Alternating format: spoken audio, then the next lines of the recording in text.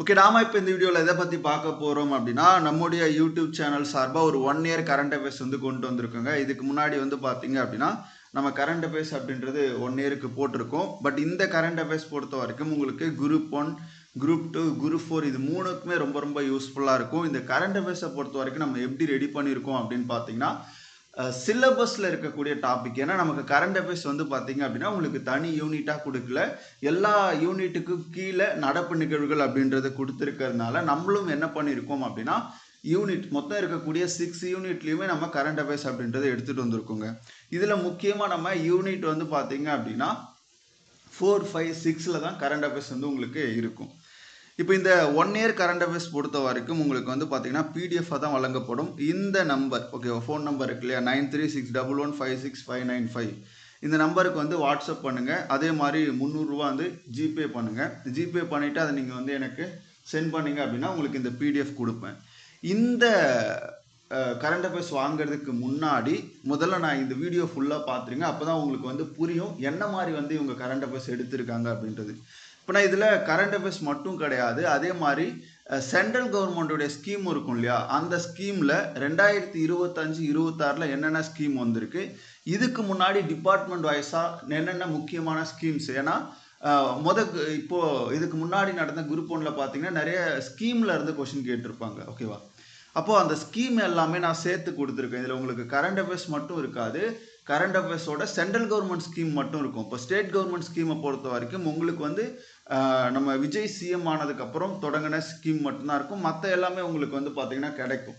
ஏன்னா state government ஸ்கீமை பொறுத்த வரைக்கும் நீங்கள் ஈஸியாக அணுகலாம், எடுத்துக்கலாம், ஒன்றும் பிரச்சனை இருக்காது. ஆனால் சென்ட்ரல் கவர்மெண்ட் ஸ்கீம் வந்து அப்படி இருக்காது. அதையும் நான் உங்களுக்கு கொடுத்துருக்கேன். மொத்தமாக இந்த வீடியோ ஃபுல்லாக பாருங்கள். இப்போ ஃபஸ்ட்டில் அரசியலமைப்பு அப்படின்னு இருக்கா, இதில் என்னென்ன அப்படின்னு பார்த்தோன்னா ஒரு 21 டாபிக் கொண்டு வந்திருக்கேன். ஏன்னா கரண்ட் அஃபேர்ஸை பொறுத்த வரைக்கும் நம்ம எல்லாம் படிக்கணுமா அப்படின்னா டாப்பிக்கில் இருக்கிறது இந்த ஏரியாலாம் வரும் அப்படின்னு இருக்கும் இல்லையா, அதை மட்டும் நம்ம தெளிவாக படித்தா போதும். இப்போ 131வது அரசியலமைப்பு திருத்த மசோதா, இப்போ இந்த மசோதா வந்து பார்த்தீங்க அப்படின்னா தோல்வி அடைஞ்சிருக்கு. ஆனாலும் இந்த மசோதா பற்றி என்ன பண்ணுவாங்க, கொஷின் அப்படின்றது கேட்பாங்க. ஏன்னா இந்த 2026 முதல் கூட்டத்தொடரில் இந்த மசோதா அப்படின்றது கொண்டு வரப்பட்டு தோல்வி அடைஞ்சிருக்கு. அப்போ இந்த மசோதாவோட 2 துணை மசோதா கொண்டு வந்தாங்க, எல்லை வரையறை மசோதா ப்ளஸ் வந்து யூனியன் பிரதேச மசோதா. அதுவும் நான் உங்களுக்கு வந்து கொடுத்துருக்கேன். அடுத்து பார்த்தீங்கன்னா அவசர சட்டம், உச்சநீதிமன்ற நீதிபதிகளின் எண்ணிக்கை உயர்வு. குடியரசுத் தலைவர் என்ன பண்ணியிருக்காரு அப்படின்னா, அவசர சட்டத்தின் மூலமாக நீதிபதிகளுடைய எண்ணிக்கையை 33லேருந்து 37 உயர்த்தியிருக்காரு. +1 அப்படின்னு பார்க்கும்போது அது உச்சநீதிமன்ற தலைமை நீதிபதி, அப்போ 38. ஓகேவா, அப்போ இந்த அவசர சட்டத்தில் எப்படி கொண்டு வந்தாங்க அப்படின்றத நான் இங்கே தெளிவாக சொல்லியிருக்கேன். அடுத்து பாருங்கள், எல்லை நிர்ணய மசோதா, 23வது சட்ட ஆணையம், 2025 வருமான வரி சட்டம், இதில் என்னென்ன மாற்றங்கள் கொண்டு வந்திருக்காங்க. முதல் முறையாக கருணை கொலை அப்படின்றது இந்தியாவில் அனுமதிக்கப்பட்டிருக்கு. ஆந்திர மாநில மறுசீரமைப்பு மசோதா, இதில் என்ன முக்கியமான விஷயம் இருக்கும் அப்படின்னா, சட்டப்பூர்வமாக முதன்முறையாக அமராவதியை ஒரே ஒரு தலைநகராக மட்டும் என்ன பண்ணியிருக்காங்க அப்படின்னா நம்ம பாராளுமன்றம் வந்து அங்கீகரிச்சிருக்கு. இது ஏன்னா முதல் முறை. இப்போ ஒரு மாநிலம் இருக்குன்னா 2-3 தலைநகரம் கூட வச்சுக்கலாம், நிர்வாக தலைநகரம், ஓகேவா, அதே மாதிரி வந்து பார்த்திங்கன்னா தொழில்துறை தலைநகரம், இந்த மாதிரிலாம் வச்சுக்கலாம். அடுத்து கேரள பெயர் மாற்ற மசோதா, ஓகேவா, எப்படி இந்த பெயர் மாற்றம் செய்யப்படுது, இதில் குடியரசுத் தலைவருடைய பங்கு என்ன, சட்டமன்றத்துடைய பங்கு என்ன, என்னென்ன ஆர்டிக்கல் இதுக்குள்ளே வரும், அது எல்லாமே கொடுத்துருக்கேன். ஜன் விஸ்வாஸ் மசோதா, அடுத்தது பார்த்திங்கன்னா வெளிநாட்டு பாதுகாப்பு ஒழுங்குமுறை திருத்த மசோதா, குடியரசுத் தலைவர் ஆட்சி மணிப்பூரில் 2025 கொண்டு வந்தாங்க. கிட்டத்தட்ட 1 இயரில் மிகப்பெரிய பிரச்சனை இது. அப்போ எப்படி கொண்டு வரப்பட்டது, பெருநிறுவனங்கள் சட்ட திருத்த மசோதா, தொழிலாளர் சட்ட திருத்த மசோதா, பொது சிவில் சட்டம் உத்தரகாண்ட் கொண்டு வந்துருதை நீங்கள் படிச்சிருப்பீங்க. அதுக்கப்புறம் வந்து பார்த்தீங்கன்னா அஸ்ஸாம், குஜராத் போன்ற மாநிலங்களும் இதை முயற்சி செஞ்சுருக்காங்க, அதுவும் நான் உங்களுக்கு வந்து கொடுத்துருக்கேன். அடுத்து ஜோசப் குரியன் கமிட்டி தமிழ்நாடு அமைச்சது. பெண்கள் அதிகாரம் அளித்தல் குழு தற்போது போடப்பட்டிருக்கு. அதே மாதிரி யூனியன் பிரதேச மசோதா 2026. அடுத்து தொகுதி மறுவரையறை மசோதா 2026. சட்ட எழுத்தர் பரிமாற்ற புரிந்துணர்வு ஒப்பந்தம் பூடானுக்கும் நமக்கும் செய்யப்பட்டிருக்கு. செம்மொழிகள் அந்தஸ்து, இதுவரை 11 மொழிகள் செம்மொழியாக அந்தஸ்து வழங்கப்பட்டிருக்கு. 2024 என்னென்ன செம்மொழி அந்தஸ்து வழங்கப்பட்டிருக்கு அப்படின்றது. சமூக பிரச்சனையை பொறுத்த வரைக்கும் சமூக பிரச்சனையில் நீங்கள் ஆல்ரெடி எல்லாம் படிப்பீங்க. பட் இருந்தாலும் வறுமையற்ற நகரம் எது அப்படின்னு பார்த்தீங்கன்னா சூரத் வந்து அறிவிக்கப்பட்டிருக்கு. அதே மாதிரி சண்டிகர். கருவுறுதல் விகிதம் பொறுத்த வரைக்கும் இந்தியாவில் எவ்வளோ இருக்குது, தமிழ்நாட்டில் எவ்வளோ இருக்குது, NFHS ஓகேவா, national family health survey report வந்து ரிலீஸ் பண்ணியிருக்காங்க. தேசிய குற்ற ஆவண காப்பக அதோடைய ரிப்போர்ட்டில் எந்த மாநிலம் வந்து பார்த்திங்கன்னா அதிக குற்றங்கள் இருக்குது, தெலுங்கானா பார்ப்போம். இப்போ இந்த மாதிரி டேட்டாஸ் எல்லாமே நான் இதில் கொடுத்துருக்குங்க. அடுத்தது புவியியல் மற்றும் சுற்றுச்சூழலை பொறுத்த வரைக்கும் 100வது ராம்சார் தளம் ஓகே, ஜெய்பிரகாஷ் நாராயணன் அவர்களுடையது. கிரேட் நிக்கோபார் மேம்பாட்டு திட்டம் இப்போ பெரிய இஷ்யூவாக போயிட்டுருக்கு. கிட்டத்தட்ட 80,000 கோடி மிகப்பெரிய ப்ராஜெக்ட் இது. அதே மாதிரி வண்ணத்து பூச்சி சரணாலயம் கேரளா, மேகதாது பிரச்சனை, தமிழ்நாட்டின் 4வது பல்லுயிர் பாரம்பரிய தளம். அடுத்து பார்த்தீங்கன்னா பாரத் காலநிலை கண்காணிப்பு, ஹெர்மஸ் நீர்முனை பற்றி கேட்கலாம்.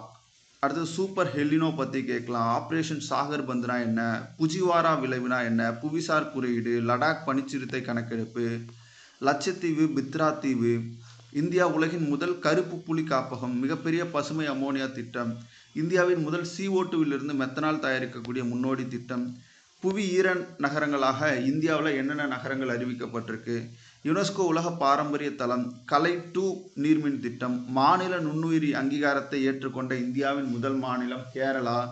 இந்த மாதிரி கிட்டத்தட்ட வந்து பார்த்திங்கன்னா உங்களுக்கு 20 முக்கியமான ஏரியாஸ்லேருந்து நம்ம என்ன பண்ணியிருக்கோம், புவியியலில் கொடுத்துருக்கோம். பொருளாதாரம் பொறுத்த வரைக்கும் உங்களுக்கு தமிழ்நாடு இடைக்கால பட்ஜெட், இந்தியா பட்ஜெட், தமிழ்நாடு பொருளாதார ஆய்வறிக்கை, இந்தியா பொருளாதார ஆய்வறிக்கை, மக்கள் தொகை கணக்கெடுப்பு, அதே மாதிரி 16வது நிதி ஆணையம், மனித வள மேம்பாட்டு அறிக்கை, மொத்த மகிழ்ச்சி குறியீடு, தமிழ்நாடு இடைக்கால வேளாண் பட்ஜெட் ஓகேவா, அதோடைய சிறப்பு அம்சங்கள், சிறப்பு பொருளாதார மண்டலம், கிஃப்ட் சிட்டி. இப்போது இது எல்லாமே உங்களுக்கு வந்து சிலபஸ் ரிலேட்டடாக வரக்கூடியது.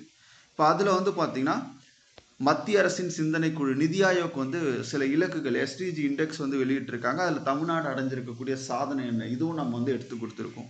இப்போ இதிலேருந்து கிட்டத்தட்ட ஒரு 12 முக்கியமான ஏரியாஸ் வந்து நம்ம படிக்கிற மாதிரி இருக்கும். அறிவியல் தொழில்நுட்பம் பார்த்திங்கன்னா வெப்ப ஆராய்ச்சி மையம், இந்தியாவின் முதல் துருவ ஆராய்ச்சி கப்பல், பீகாரின் முதல் அணுமின் நிலையம், ஹாக்கை 360 கண்காணிப்பு தொழில்நுட்பம், இந்தியாவின் முதல் 3NM சிப்பொலியும், யசோதா AI திட்டம், தனிப்பயனாக்கப்பட்ட மரபணு எடிட்டிங் சிகிச்சை, பாரத் கண்காணிப்பு அமைப்பு, இந்தியாவின் முதல் மரபணு திருத்தப்பட்ட அரிசி வகை, இந்தியாவின் முதலாவது கற்றல் முடுக்கி, அரிய வகை இரத்த வகை, புற்றுநோய் உண்டாக்கும் ஹெபடைட்டிஸ், தூக்கு வியாதியிலிருந்து விடுபட்ட நாடுகள், இது எல்லாமே உங்களுக்கு வந்து பார்த்தீங்க அப்படின்னா நம்ம சுற்றுச்சூழல்ல இருந்து வந்திருக்கும். முதலாவது விலங்கு தண்டு செல் பயோ பேங்க், இந்தியாவின் முதல் ட்ரோன் AI செயற்கை பரிசோதனை, இது எல்லாமே உங்களுக்கு சயின்ஸ் அண்ட் டெக்கில் இருக்கக்கூடிய முக்கியமான விஷயம். தேசியம் அளவுக்கு பார்த்தீங்கன்னா குடியரசு தின விழா ஓகேவா, குடியரசு தின விழாவில் சிறப்பு அலங்கார ஊர்தி எது, தமிழ்நாட்டிலேருந்து என்ன மாதிரி ஊர்தி போச்சு, அது எல்லாமே கொடுத்துருக்கோம். யார் யார் சிறப்பு விருந்தினராக வந்திருக்காங்க அப்படின்றதும் கொடுத்துருக்கோம். சர்வதேச அளவில் ஒரு 3 முக்கியமான நிகழ்வு. ஒன்று வந்து பார்த்தீங்கன்னா சர்வதேச புல்வெளி மற்றும் மேய்ப்பாளர் ஆண்டு, இன்னொன்று சர்வதேச பெண் விவசாயிகள் ஆண்டு 2026. இது எல்லாம் யார் அறிவிச்சிருக்காங்கன்னா ஐநா அறிவிச்சிருக்காங்க. மாநில விவசாய ஆண்டா 2026 இந்தியாவில் ஒரு மாநிலம் அறிவிச்சிருக்கு, எது அப்படின்றதும் நம்ம கொடுத்துருக்கோம். அடுத்து மத்திய அரசுடைய திட்டம் ஃபுல்லாக கொடுத்துருக்கோம். மாநில அரசு திட்டம் பொறுத்த வரைக்கும் உங்களுக்கு என்னென்ன கொடுத்துருக்கோம் அப்படின்னா தாய்மாமன் தங்க மோதிர திட்டம், சிங்கப்பெண் அதிரடி, பயிர்க்கடன் தள்ளுபடி, இலவச மின்சார திட்டம், இந்த 4 முக்கிய திட்டங்கள் கொடுத்துருக்கு. ஏன் வந்து பார்த்தீங்கன்னா தமிழ்நாடு ஸ்கீம்ஸ் வந்து எல்லாமே சேர்க்கல அப்படின்னா ஏற்கனவே இது பேஜஸ் வந்து நிறையா இருக்குங்க ஓகேவா. மத்திய அரசு ஸ்கீம் எல்லாமே நம்ம சேர்த்துருக்கோம், கிட்டத்தட்ட 100 பேஜஸ் கிட்ட. அதை நான் உங்களுக்கு காமிக்கிறேன். சரி, கண்டென்ட் எப்படி இருக்கும் அப்படின்ற இதாங்க கண்டென்ட்டு. இப்போ உச்சநீதிமன்ற நீதிபதிகள் எண்ணிக்கை, சமீபத்திய மாற்றம் என்ன, மொத்த எண்ணிக்கை எவ்வளோ, சட்ட வழிமுறை என்ன சொல்லுது, இப்போ இது எல்லாமே உங்களுக்கு வந்து எக்ஸ்ட்ரா ஆர்டிக்கல்லாம் தெரிஞ்சுக்கிற மாதிரி. இப்போ இந்த பிடிஎஃப்பை பொறுத்த வரைக்கும் நீங்கள் ப்ரிலிமினரிக்கும் யூஸ் பண்ணிக்கலாம், மெயின்ஸுக்கும் யூஸ் பண்ணிக்கலாம். இப்போ இந்த 123ல் எப்போல்லாம் வந்து அவசர சட்டம் இயற்றப்படும், அதற்கான கால வரம்பு என்ன, நீதித்துறை மறுவாய், இதுக்கு முன்னாடி என்ன கேசஸ் இருந்து அதிகரிக்கிறதுக்கான காரணம் என்ன சொல்லியிருக்காங்க, இப்போ இந்த மாதிரி உங்களுக்கு தெளிவாக என்ன பண்ணியிருக்கோம் அப்படின்னா நம்ம கொடுத்துருக்கோம். இப்போ அரசியலமைப்புடைய 131வது திருத்த மசோதா தோல்வியில் முடிஞ்சிருக்கு. அப்போ இந்த மசோதா என்னென்னலாம் சொல்ல வருது, என்னென்ன ஆர்டிக்கலை இது உள்ளே கொண்டு வந்திருக்காங்க ஓகேவா, இது எல்லாமே நமக்கு தெளிவாக கொடுத்துருப்போம். அந்தளவுக்கு டேட்டாஸ் வந்து உள்ளே இருக்கும். சரி, ஓகே. இப்போது நம்ம அடுத்தடுத்து எல்லா இதுலேயும் இருக்கக்கூடிய முக்கியமான அந்த ஏரியாஸ் பார்ப்போம். இதுதாங்க பாலிட்டியில் வந்து நாங்கள் இவ்வளோ வந்து நம்ம ரெடி பண்ணி கொடுத்துருக்கோம். இப்போ அடுத்து பார்த்தீங்க அப்படின்னா உங்களுக்கு ஓகே நான் அடுத்தடுத்து வந்து உங்களுக்கு காமிக்கிறேன். பாருங்கள், இந்த குற்றங்கள் விகிதம்லாம் வந்து பார்த்திங்கன்னா மாநில வாரியாக என்ன வேறுபாடு அது எல்லாமே நம்ம கொடுத்துருக்கோம். செம்மொழி பாருங்கள், செம்மொழியை பொறுத்த வரைக்கும் 11 செம்மொழி. இப்போ கடைசியாக செம்மொழியாக அறிவிக்கப்பட்டது 2024. அதை நம்ம கொடுத்துருக்கோம் பாருங்கள். பாலி, பிராகிருதம், அசாமி, பெங்காலி. ஓகே, இந்த செம்மொழி அந்தஸ்து எப்படி கொடுக்குறாங்க அப்படின்றதெல்லாம் நம்ம பார்க்குறோம். புவியியல் நடப்பு நிகழ்வு பாருங்கள். இப்போ ஜெய்பிரகாஷ் நாராயணன் பறவைகள் சரணாலயம் அப்படின்னா இந்தியாவினுடைய 100வது ராம்சார் தலம். இப்போ இது பாருங்கள், இந்த ராம்சார் தலத்துக்கு வந்து இன்னொரு பேர் இருக்குது, சுர்ஜா தால் அப்படின்னு சொல்லக்கூடியது. எந்த மாவட்டம்? இது வந்து 100வது இருக்கும்போது உலகளவில் இந்தியா எத்தனையாவது நிலையில் இருக்குது அப்படின்னு பார்த்தீங்கன்னா உலகளவில் 3வது இடத்துல இருக்குது. அதிகபட்ச ராம்சார் தலம் எங்கே இருக்குன்னா நம்முடைய தமிழ்நாட்டில் இருக்குது. அதே மாதிரி மிகப்பெரிய ராம்சார் தலம் எது, மிக சிறிய ராம்சார் தலம் எது, இந்த மாதிரி கண்டென்ட் வந்து உங்களுக்கு நிறைய நம்ம கொடுத்துருப்போம். முதல் ராம்சார் தலம் எங்கே அறிவிக்கப்பட்டது, ராம்சார் மாநாடுனா என்ன, இந்த ராம்சார் மாநாட்டில் இந்தியா எப்போ சேர்ந்தாங்க, இந்த மாதிரி எல்லா கண்டென்ட்டுமே உங்களுக்கு கொடுத்துருப்போம். இப்போ இந்த மாதிரி தான் உங்களுக்கு வந்து பார்த்தீங்க அப்படின்னா நம்ம இதில் கண்டென்ட் எல்லாமே நம்ம மேலே பார்த்த எல்லா டாபிக்ஸில் இருந்துமே நம்ம கொடுத்துருக்கோம். ஓகேவா? இப்போ இதில் பாருங்கள், பல்லுயிர் பாரம்பரிய தலம் கடைசியாக அறிவிக்கப்பட்டது நாகமலை குன்று, ஈரோடு. ஓகேவா? அப்போ 4 பல்லுயிர் பாரம்பரிய தலம் இருக்குது. அது என்னென்ன அப்படின்றதும் நான் கொடுத்துருக்கேன். ஓகே, அடுத்து வேறு டாப்பிக்கில் இருந்து பார்ப்போம். சரி, ஓகே, நான் ஸ்கீம் போயிடுறேன். உங்களுக்கு எல்லா டாப்பிக்லையும் இந்த மாதிரி தான் இருக்கும், பட் நான் வந்து ஸ்கீம் போகிறேன். இப்போ ஸ்கீமில் என்னென்ன இருக்குது, ஸ்கீம் எப்படி கொடுத்துருக்கேன் அப்படின்னு பாருங்கள்.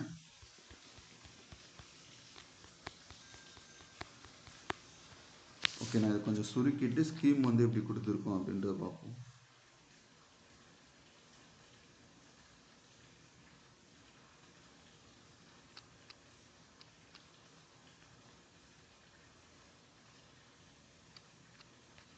பேஜஸ் வந்து ஓகே, நான் ஆஃப் பண்ணியிருக்கிறதுனால அது வந்து டிஸ்பிளே ஆகலை. கொஞ்சம் டைம் எடுக்கும் அது ஓப்பன் ஆகிறதுக்கு.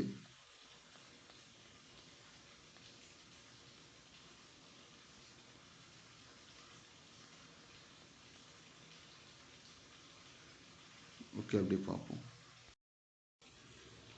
ஓகே பாருங்கள், ஸ்கீம்ஸ் வந்து நம்ம எப்படி கொடுத்துருக்கோம் அப்படின்னா இந்த மாதிரி தாங்க கொடுத்துருக்கோம். மத்திய துறை திட்டங்கள் என்னென்ன, மத்திய நிதி உதவி திட்டங்கள் என்னென்ன இருக்குது. அடுத்து பாருங்கன்னா, இப்போ ஒரு டிபார்ட்மெண்ட் எடுத்துக்கிறோம். இப்போ வீட்டு வசதி எடுத்துக்கிறோன்னா அதில் முக்கியமான என்னென்ன திட்டம் இருக்குது. பிரதான் மந்திரி ஆவாஸ் யோஜனா எப்போ தொடங்கப்பட்டது, அதோடைய தகுதி என்ன, காலம் என்ன, இப்போ ஏன் அதை பார்க்குறோம் அப்படின்னா அது வந்து நீட்டிக்கப்பட்டிருக்கு அதனால. ஓகேவா? அதுக்கப்புறம் பார்த்தீங்கன்னா அங்கீகார் 2025 பிரச்சாரம். இது 2025 தொடங்கப்பட்ட பிரச்சாரம், மத்திய நிதி உதவி திட்டம். இப்போ இதோடைய நோக்கம் என்ன? அதே மாதிரி பிரதம மந்திரி ஸ்ரீவதி திட்டம் 2026 வரை இந்த திட்டத்துக்கு நீடிக்கக்கூடிய ஒப்புதல். இந்த மாதிரி தான் உங்களுக்கு வந்து திட்டங்கள் எல்லாமே கொடுத்துருக்கும். கிட்டத்தட்ட திட்டங்கள் மட்டுமே உங்களுக்கு வந்து பார்த்தீங்கன்னா ஒரு 100 பேஜ் கிட்ட இருக்கும். ஓகேவா? அப்போது இந்த பிடிஎஃப் நீங்கள் வாங்கணுமா வேணாமா அப்படின்றது நீங்கள் முடிவு பண்ணிக்கோங்க. இந்த மாதிரி தான் நம்ம கரண்ட் அஃபேர்ஸ் அப்படின்றது உங்களுக்கு இருக்கும். ஏன்னா இதில் நம்ம கொடுத்துருக்கிறது வந்து பார்த்திங்கன்னா எல்லா டிபார்ட்மெண்ட்ல இருந்துமே எடுத்து கொடுத்துருக்கோம். இப்போ தூய்மை பாரதம் இயக்கம் அப்படின்னா அது எதுக்காக, ஓகேவா, அது எப்போ கொண்டு வரப்பட்டது, அதில் என்னென்ன மாற்றங்கள், இந்த மாதிரி எல்லாமே உங்களுக்கு வந்து இந்த பிடிஎஃப்ல வந்து நம்ம கொடுத்துருப்போம். ஓகேவா? கிட்டத்தட்ட வந்து பார்த்தீங்க அப்படின்னா ஒரு இப்போ பாருங்கள், இந்த திட்டம் பார்த்தீங்க அப்படின்னா இப்போ ஸ்ரேஷ்டா திட்டம் அப்படின்னா என்ன, ஏன்னா நிறைய திட்டங்களில் தான் கேட்குறாங்க. நம்ம தமிழ்நாடு ஸ்கீமை பொறுத்த வரைக்கும் பிரச்சனை இல்லை, பட் இந்த மாதிரி மத்திய அரசோடைய ஸ்கீம் தான் நமக்கு வந்து பார்த்திங்கன்னா அதோடைய பேரில் நம்ம வந்து எல்லாமே என்ன இருக்கும் அப்படின்னா ஹிந்தியில் வைக்கிறதுனால அது என்ன திட்டம் அப்படின்றது நம்மளால் கரெக்டாக கணிக்க முடியாது. படித்தா மட்டும்தான் நம்மளால் என்ன பண்ண முடியும்னா கணிக்க முடியும். ஓகேவா? அப்போ இந்த மாதிரி உங்களுக்கு எல்லா திட்டமும் அந்த திட்டத்தில் என்னென்ன முக்கியமான விஷயம் இருக்குது. இப்போ உமித் போர்ட்டல்லாம் என்ன அப்படின்னு பார்த்தீங்கன்னா ஒருங்கிணைந்த வகுப்பு மேலாண்மை அதிகாரம் அளித்தல் செயல்திறன் மற்றும் மேம்பாட்டு போர்ட்டல் 2025 இந்த போர்ட்டலில் தொடங்கியிருக்காங்க. அப்போ இந்த போர்ட்டலில் என்ன பண்ணுவாங்க அப்படின்னு பார்த்தோம்னா இந்த வகுப்பு சொத்துக்கள் இருக்கு இல்லையா, அது எல்லாமே வந்து பார்த்தீங்கன்னா பதிவு செஞ்சு டிஜிட்டல் மயமாக்குறது. அப்போ உமித் போர்ட்டல்லாம் என்ன அப்படின்றதெல்லாம் கொஷனில் கேட்கலாம். அந்த மாதிரி தான் உங்களுக்கு இங்கே எல்லாமே நம்ம வந்து கொடுத்துருக்கோம்.